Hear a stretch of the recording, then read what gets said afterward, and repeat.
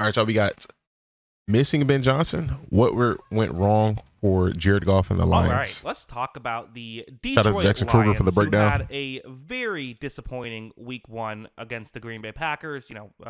Obviously, the Lions have kind of ran the division for a bit. That very much did not happen in this game. They did get, a touchdown late to make it look a little better, but ultimately, this was a rough offensive performance. Let's talk about what went wrong here. Was it just the coordinators? Because that was a big talking point. Well, a little bit. I mean, like this play, for example, a screen pass, which this is what the Lions have been so great at the past couple of years, is these wide receiver or halfback screens. I liked how Vita Vea, the defensive tackle of the Tampa Bay Buccaneers, put it, where he essentially said the Lions make the big guys run and the little guys tackle, right? Like, that's kind of what you do on a play like this. Goff's going to take the snap. He's going to flip this ball out to Gibbs, but look at just how well prepared for this stuff the Packers are. And again, Packers are a division rival. They kind of are more aware of this stuff than the average team would be. All of that is Very much fair. true. But you see, I mean, again, Packers are able to get there. And with Ben Johnson, I'm going to... I am taking this game with a grain of salt off the strength of that. It's a division rival.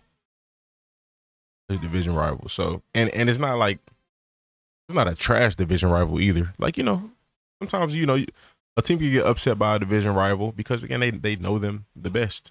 And even if they trash, but this is got a good division rival. So I guess it's fair to take this with a grain of salt, this game specifically. But they meet again. They will meet again, and they better handle business, or at least make it a tight game. Bring him up probably multiple times in this video. You wonder if he's dialing up these plays at the right moments, right? They're still the same plays. It's still mostly the same playbook.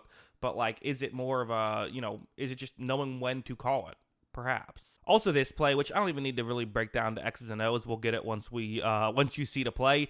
This is something that just was not happening much at all last year and was happening a lot in this game. Jared Goff's going to hand this ball off to David Montgomery, and there is nowhere for him to go. I mean, how rarely would you say that last year or in the past couple of years? Is that coaching? Well, I don't know. I think it might just be the fact that they have a completely new interior offensive line, and they've gone from a great interior.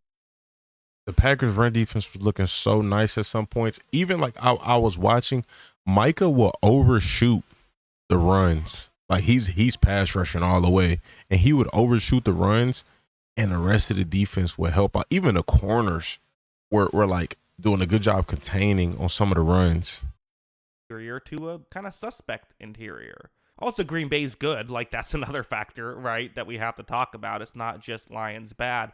It's that. But again, when Ben Johnson joined the Lions, we kind of had almost a very similar roster where we could legitimately just see the value compared to, with one year compared to another. Here, that hasn't happened because we've also, it's not just that they lost Ben Johnson, they lost offensive linemen. And I think both played factors in this. Heading over here, the Lions did have positive plays. They were able to make things happen. Like, we did see those kind of classic Lions plays in spurts. This one, a 3rd down and 2. Jared Goff's going to take the snap, hit the over middle route, really well timed, get the completion there. Also, this one, a big play to Samuel Porter. Blitz pickup by Gibbs right there.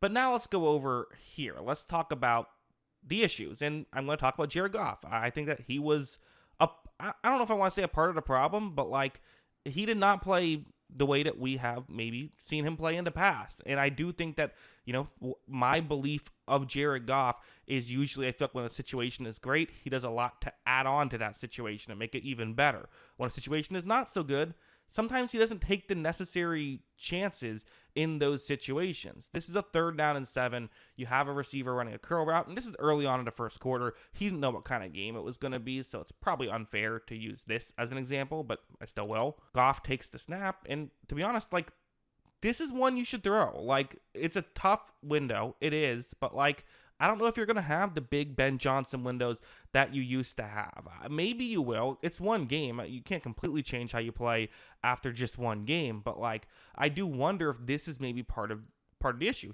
He's accurate. He can make these throws.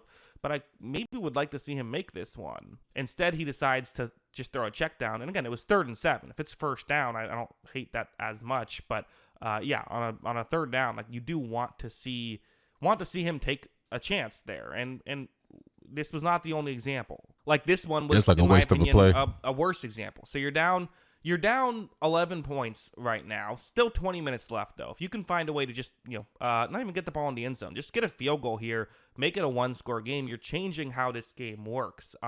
Third down and 6, so there's several routes running different directions. A lot of these routes are running deeper, more over the middle routes, but they do have Sam Laporta's route on display. He's the one that's more towards the bottom of the screen, going up more over the middle. As you see, so Jared Goff is going to take the snap, and right here, I mean, this looks to be open, and I think this is maybe something that is a bigger factor than, again, we had thought of, because we're kind of saying heading into the year, yes, the interior will be a bit of an issue, but you know what? The tackles are still so good. Like, you'll be fine.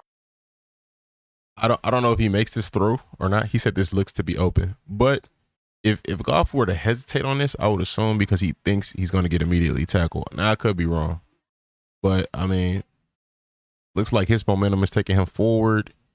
He would potentially meet this guy behind the line. I mean, you can hope for him to break a tackle, but I'm gonna let Jack finish.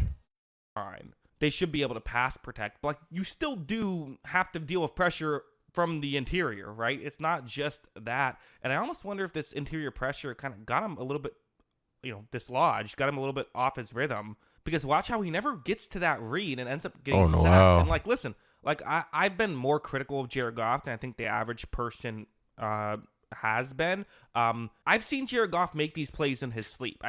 Bro, I think I made the same comment on this exact play. I'd have to go back and watch my reaction, but I could have sworn I made the same comment, like about him hesitating to get the ball out. Got him a little bit off his rhythm, because watch how he never gets. I remember this to that read and ends up getting sacked. And like, listen, like I've been more critical of Jared Goff than I think the average person has been. I've seen Jared Goff make these plays in his sleep. I've seen him get to that read in his sleep. Like, he's never been bad at that aspect of football. So him not getting there, I wonder if he just got off his rhythm in this game. And maybe the best thing for him will be to just have another week and just be able to start fresh, But yeah, I mean, that's the throw you have to make there. It is, and there was also, other issues. Heading over here, this is still, like, very much a game at this point. I know I'm bouncing around chronologically pretty significantly. It's like a Quentin Tarantino movie where you're just going back and forth. But third down and 7, late in the first half. If you can punch this ball in and get a touchdown here, 7-point game. Again, that just feels so different. Even 3, it's not what you're hoping for, but it still does help. Just seeing the score go up, right? It's a third down and 7, and it's just going to be a misread by Goff. It's a clever play call, too. Both can be true, right? You see that the safety for the Green Bay Packers, that's where he's going to be going. He's going to be covering that section, so he's not staying further deep. This is a disguise by the Green Bay Packers. That will be the overall concept, but for Goff, I think he believes this is quarters coverage, meaning instead of 3 players covering deep and 4 covering over the middle, 4 covering deep and 3 covering over the middle. When this play begins, you see right here, this is a disaster waiting to happen because Goff thinks that this is open and it isn't. And this is what happened a lot in the Super Bowl with the Rams, where Bill Belichick did a lot of this and Goff really got fooled there. And I think he played Johnson, this so nicely. He kind of got Goff out of these situations.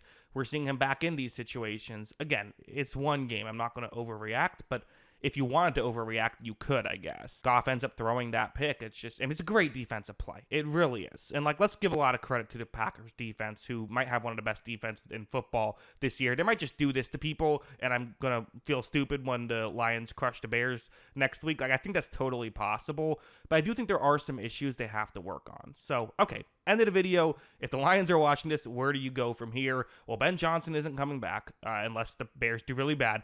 So you can't just assume that'll happen.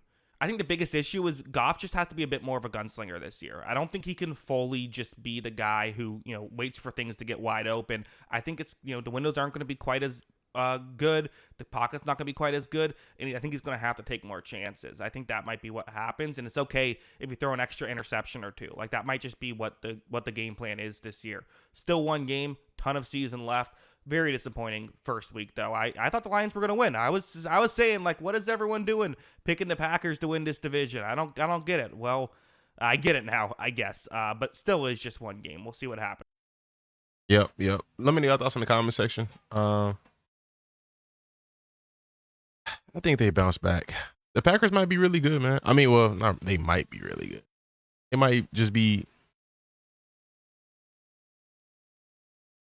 better than they were last year. But we'll see. But subscribe, stay tuned, stay blessed.